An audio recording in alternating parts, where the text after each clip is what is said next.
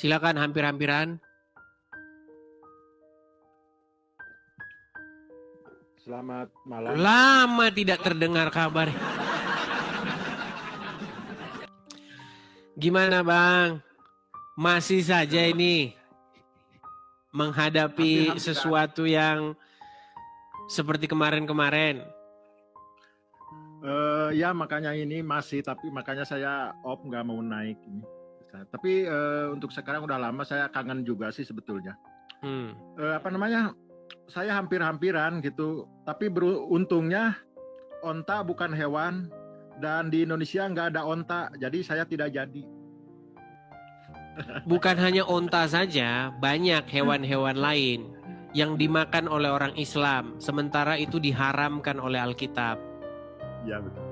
Cuman saya gini Bang, cuman mau bertanya ya sebentar lah kalau ada waktu. Saya kalimat al-masih itu ya, kalau setahu saya di Al-Quran ada kalimat al-masih itu artinya diusap ya. Kata lainnya bisa juga diurapi gitu ya. Maksud diurapi itu apa arti makna itu? Mohon penjelasannya. Baik. Jadi diurapi itu maksudnya adalah dituangkan minyak ke kepalanya. Nah, maksud daripada dituangkan minyak ke kepalanya itu maksudnya ditasbihkan, dipilih atau dilantik. Jadi intinya itu bukan dituangkan minyaknya itu, tetapi pelantikannya, pemilihannya itu dipilih. Begitu. Jadi diurapi itu dipilih. Iya, esensinya adalah dipilih. Dipilih jadi? Ya jadi sesuatu pilihan yang dilantik begitu. Ya kan dalam kalimatnya itu kan Isa al-Masih, ya Isa al-Masih gitu ya. Jadi Isa sebagai yang terpilih itu maksudnya. Ya, al-Masih itu bahasa Arab. Ya, itu sebenarnya diambil dari bahasa Ibrani, Hamasyah. Itu artinya yang dipilih begitu. Yang dipilih atau yang dilantik. Sebenarnya cara melantiknya bagaimana? Cara melantiknya adalah dengan menuangkan minyak ke kepalanya. Begitu. Ya. Oh, jadi artinya yang terpilih mungkin bisa diartikan yang terpilih juga. Iya, yang terpilih atau yang diurapi. Iya, yang terpilih, yang diurapi. Ya, oke. Oke, terima kasih Bang Edis ya. Saya hanya sebentar saja. Terima kasih atas jawabannya. Selamat Cuman saya. Cuman begini Bang, hampir murtad atau bagaimana? Begini Bang. Banyak orang Islam itu mereka itu malu-malu atau ulamanya itu menutup-nutupi apa isi Al-Quran. Karena di dalam Al-Quran itu didapati bahasa-bahasa atau kosakata-kosakata yang bukan bersumber dari bahasa Arab. Contohnya adalah Al-Masih. Betul. Nah, Al-Masih itu kan bukan bahasa Arab. Jadi tidak mungkin Al-Masih itu diutak-atik, diartikan dengan bahasa Arab. Nggak mungkin, orang bukan bahasa Arab. Sama seperti ini. Misalnya bahasa Sunda misalnya. Jaka atau perjaka begitu. Perjaka itu kan artinya seorang yang laki-laki yang suci yang belum menikah, betul? Ya, betul. Nah, bagaimana mungkin perjaka ini mau didefinisikan, diotak-atik sesuai dengan kaidah bahasa Arab? Kan gak nyambung. Betul? Karena perjaka itu bahasa Indonesia, maka kita harus mendefinisikan, memecah kata tersebut secara etimologi berasal dari bahasa Indonesia. Ya, betul. Nah, sama juga seperti kata Al-Masih. Al-Masih itu bukan bahasa Arab. Jadi tidak mungkin kita memecah kata tersebut atau mendefinisikannya secara etimologi menurut kaidah bahasa Arab. Begitu. Betul. Nah, ini banyak yang disembunyikan oleh para ulama. Mereka tidak mau menerjemahkan Al-Masih tersebut karena nanti takut ketahuan. Begitu. Ya memang sih sebetulnya ya memang begitu, memang betul yang Anda katakan. Saya tidak membantah, betul yang Anda katakan. Dan itu ada banyak sekali, Bang. Jadi sebenarnya begini, sebenarnya gampang kok, gampang kita itu untuk memecah persoalan Al-Quran. Masalahnya adalah umat Islam itu sudah banyak yang didoktrin dan didogma harus belajar Quran kepada ulama. Bahkan kemarin saya debat dengan Ustadz Wafi, dia bilang begini, bahwasanya ulama itu adalah penerus para nabi. Coba gimana hadisnya bunyinya? Al-ulama warasatul anbiya kalau nggak salah. Oke, al-ulama warasul anbiya. Artinya? Warasatul anbiya, ulama itu pewaris nabi. Ulama itu pewaris nabi. Tapi setelah diselidiki, hadis itu tidak sahih. Iya, hadisnya pasti palsu. Kenapa? Gini. Tidak sahih ya. Kemarin waktu saya debat dengan Wafi, saya bilang begini, Wafi, kalau kamu bilang umat harus belajar kepada ulama karena ulama itu pewaris nabi, itu hadis itu sudah pasti bohong. Muhammad pasti tidak ngomong begitu. Kenapa? Karena di zaman Muhammad ulama pasti belum ada. Betul nggak? Belum. Iya. Nggak mungkin ada ulama di zaman Muhammad. Kalau ada ulama di zaman Muhammad, berarti ada orang-orang Islam di zaman Muhammad dan Muhammad tanya kepada ulama, betul? Ya, betul. Makanya saya bilang sama Wafi kemarin, hadis itu sudah pasti palsu. Hadis itu sudah pasti dikarang-karang untuk supaya orang datang sungkem kepada ulama belajar. Nah, ketika orang sungkem kepada ulama belajar di pondok pesantren, maka salam tempel makin lancar. Betul? Iya. Juga kan baru tahu saat-saat inilah. Ternyata hadis itu ribuan sebetulnya yang tidak mutawatir. Yang mutawatir itu mungkin hanya seratusan lah. Yang ribuannya semuanya ya ahad kebanyakan. Saya juga baru tahu sekarang karena bahkan belum menyelidiki kepada hadis. Oke, bahkan Bukhari di dalam pembukaannya itu dia mengatakan begini. Dia meneliti 600.000 hadis. Betul. Bayangkan 600.000 hadis, tetapi yang dimasukkan ke dalam kitab sohihnya itu hanya 6.000. Ya. 1%. Artinya ada 99% kabar yang beredar tentang Muhammad semuanya dobol. Hanya 1% saja yang dikatakan sahih. Itu pun menurut orang-orang Islam sekarang di abad ke-21 ini dikatakan hadis-hadis itu masih banyak palsunya. Salah satunya yang saya bahas, yang saya debatin kemarin sama Ustadz Wafi, mengatakan bahwasanya di dalam hadis diajarkan untuk mengikut ulama. Bagaimana mungkin Muhammad nyuruh ngikutin ulama di zamannya? Ulama siapa? Iya, betul. Karena di zaman Muhammad tidak ada ulama. Ulama itu muncul nanti setelah Muhammad meninggal, kemudian para sahabat meninggal, tabi'in meninggal, baru muncul generasi para ulama. Bagaimana mungkin ada ulama di zaman Muhammad? Nah, akhirnya umat muslim sekarang sudah didogma, sudah didoktrin bahwasanya Quran itu tidak boleh kamu pahami selain daripada yang diajarkan ulama.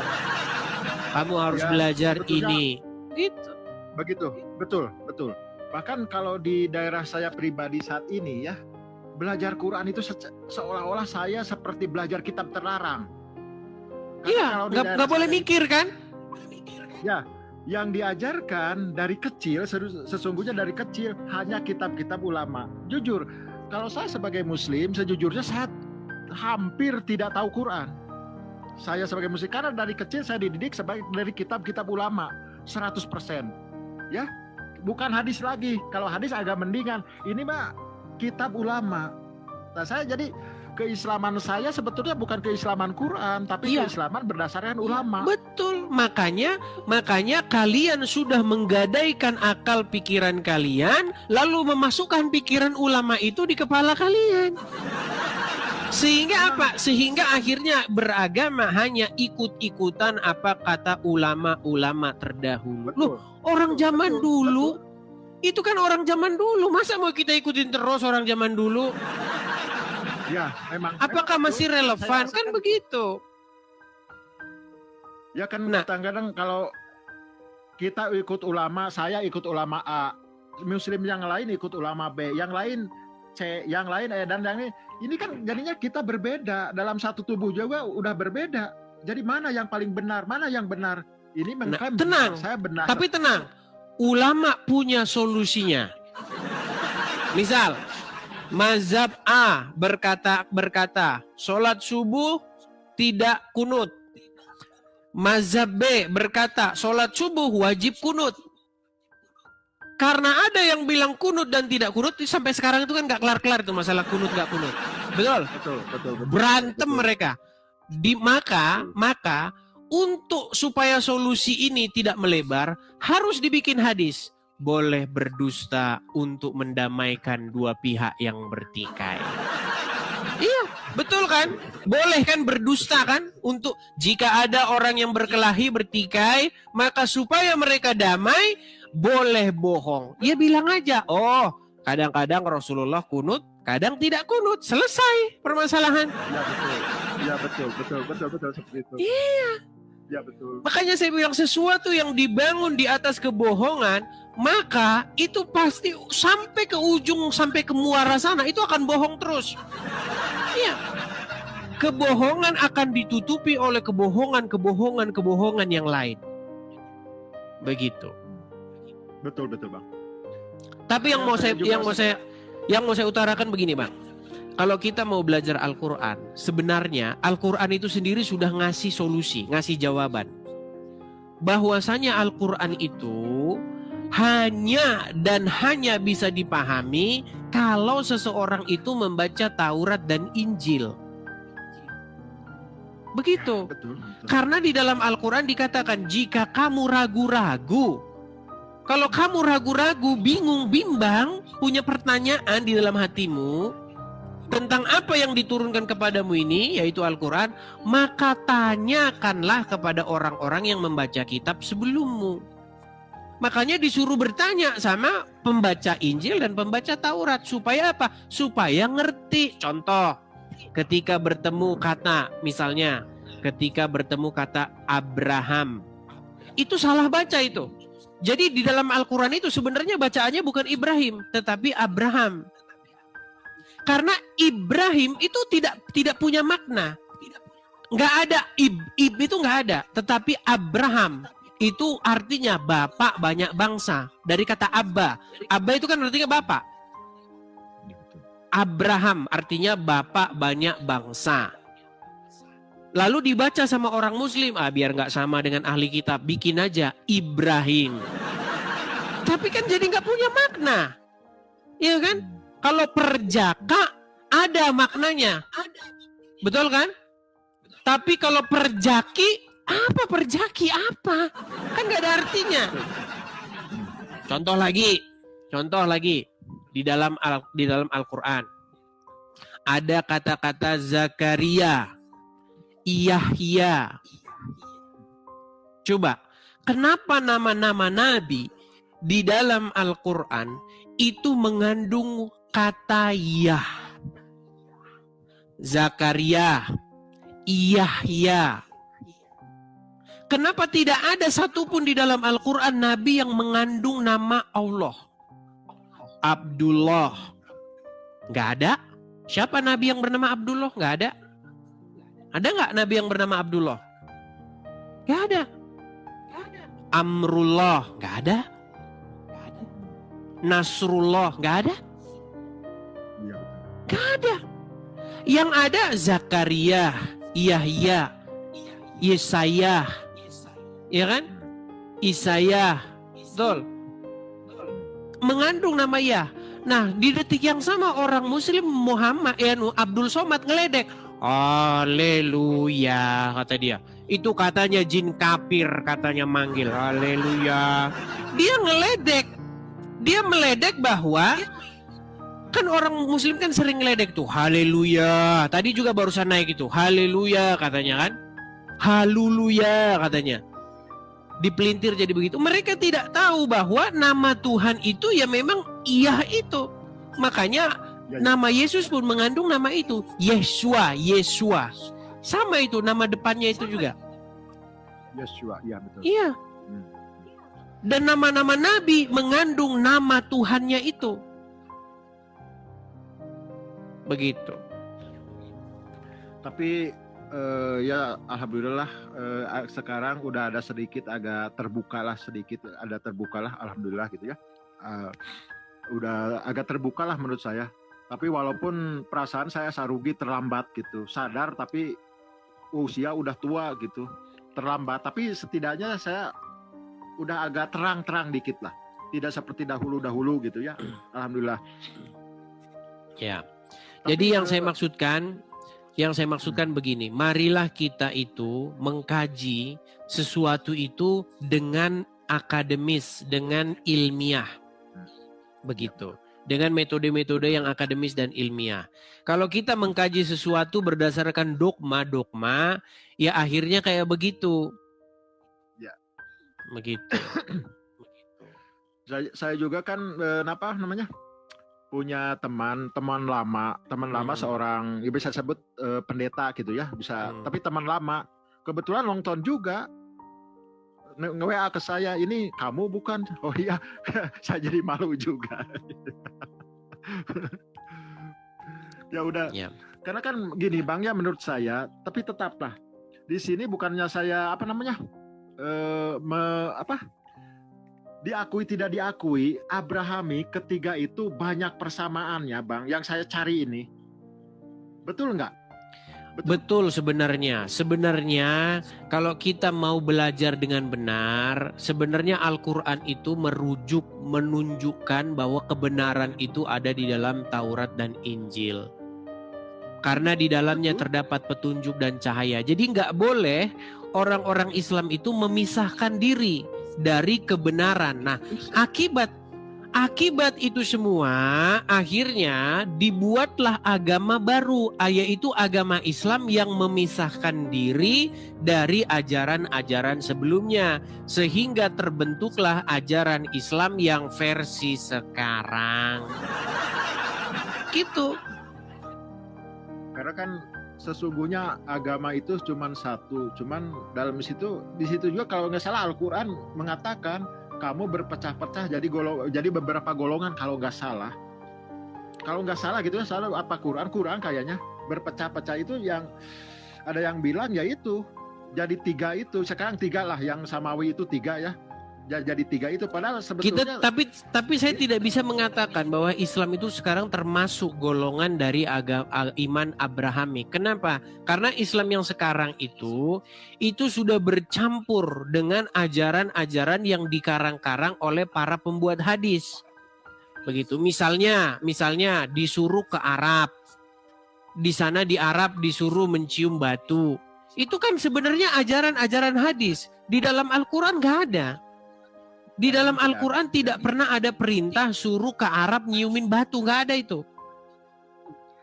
Ya memang tidak ada. Bahkan tidak ada perintah naik haji ke Mekah, nggak ada di dalam Al-Quran. Sebetulnya kalau masalah naik haji, saya kan kalau Al-Quran saya belum memperdalami ya. Jujur aja belum memperdalami masalah naik haji di Al-Quran itu, cuman baru dengar. Di dalam Al-Quran naik haji itu ke Baka dikatakan. Ya bibakah. Iya, bibakati, ya Baka. Kemudian kata Baka ini sama ulama-ulama dipelintir menjadi Mekah. Iya. Hurufnya itu Baka. Ya. Tapi karena umat muslim malas mikir, ya udahlah Baka itu ya Makkah, kubah aja lah, ganti Mekah. Akhirnya Baka dirubah jadi Mekah. Gitu. Ya itu ada sesuatu lah yang saya juga cari tahu masalah itu. Dan masalah ya gimana ya? Ada sesuatu juga sih agak berat-berat juga gitu itu. Tapi setidaknya untuk saya pribadi tidak seperti dulu lah. Sekarang alhamdulillah udah agak terang-terang gitu ya. Ya. Tidak terlalu gelap seperti dulu-dulu. Oke, kalau misalnya belum sempat baca meneliti Al-Quran dan Alkitab, saya kebetulan sudah meneliti kedua kitab tersebut. Saya baca dan saya bandingkan. Ada sekitar 70 kurang lebih ya, 70-an% isi daripada Al-Quran itu sebenarnya diambil daripada Alkitab. Makanya ada banyak sekali yang ditulis Al-Quran itu sudah ada di dalam Alkitab. Begitu. Ya justru itu menurut saya kok sama gitu, banyak kemiripan gitu. Iya. Dalam ini kok menurut saya Cuman sama, kesimpulannya berbeda jauh. Nah, siapa yang membuat beda jauh? Ya karena umat muslim ngikutin kitab-kitab sesudah Al-Quran. Makanya kalau saya main ke rumah Islam, itu seharusnya di rumahnya itu harus ada Injil, harus ada Taurat. Karena kepada kitab itulah orang Islam diperintahkan untuk beriman. Tetapi sayang kalau kita main ke rumah orang-orang Islam, yang ada itu bukan kitab-kitab itu. Yang ada itu malah kitab kuning, kitab fikih, kitab-kitab ini. Kitab-kitab yang dikarang-karang, kitab-kitab yang muncul sesudah Al-Quran. Tapi Bang, menurut pengetahuan Abang, itu kan ya kalau saya kan namanya dari kecil sudah diajarkan saya ini harus beriman kepada Zabur, Taurat dan Injil. Yang dimaksud Zabur, Taurat, Injil saat ini apa sih sebetulnya? Taurat itu. Ya sudah pastilah yang ada di tangan kami. Tidak mungkin Taurat Zabur yang ada di alam hayal. Kan karena begini, masalahnya itu begini. Ini kitab Injil dan kitab Taurat dibaca sama orang muslim. Loh, kok Injil Matius, Markus, Lukas? Berarti bukan ini. Terus yang mana kalau begitu? Mana? Masalahnya begini, masalahnya itu berangkat daripada orang-orang yang membuat cerita-cerita tentang Muhammad. Sebenarnya ya, Muhammad versi Al-Quran dengan Muhammad versi hadis itu bertolak belakang jauh. 180 derajat. Memang betul. Contoh, betul. Begini. Di dalam hadis itu ada kisah begini. Suatu ketika sahabat Muhammad yang bernama Umar ibnu Khattab, dia membawa lembaran Taurat dan Zabur. Dia bawa lembaran Taurat dan Injil itu kan dibawa. Datanglah dia kepada Muhammad. Nah, menurut narasi cerita tersebut dikatakan Muhammad berwajah muram, dia merah mukanya. Karena apa? Karena Umar bin Khattab membawa lembaran Taurat dan Injil. Bagaimana mungkin Al-Quran memerintahkan untuk beriman kepada Taurat dan Injil, tetapi ketika sahabat Muhammad membawa Taurat dan Injil, muka Muhammad muram? Ini.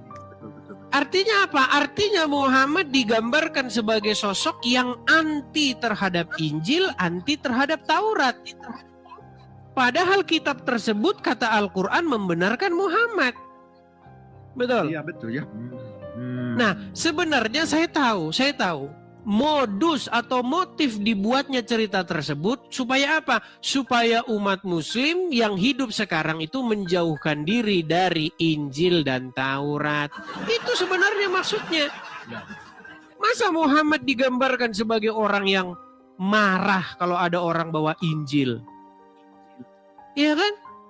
Makanya setelah saya selidiki dengan seksama, setelah saya periksa dengan seksama bahwa agama Islam yang ada sekarang ini itu sudah jauh sekali berbeda dengan agama Islam yang sebenarnya. Padahal agama Islam yang sebenarnya itu haruslah dia itu meneruskan ajaran-ajaran yang terdahulu. Begitu. Ya, terima kasih Bang Edis ya. Sama-sama, atas pencerahannya, terima kasih. Ya, terima kasih. Semoga Bang Edis sehat selalu ya, sehat selalu di sana ya. Sama-sama Bang, sama-sama. Ya. Oke, selamat malam ya Bang ya. Sama-sama, saya izin turun dulu ya. Ya, sampai ketemu lagi Bang ya. Ya.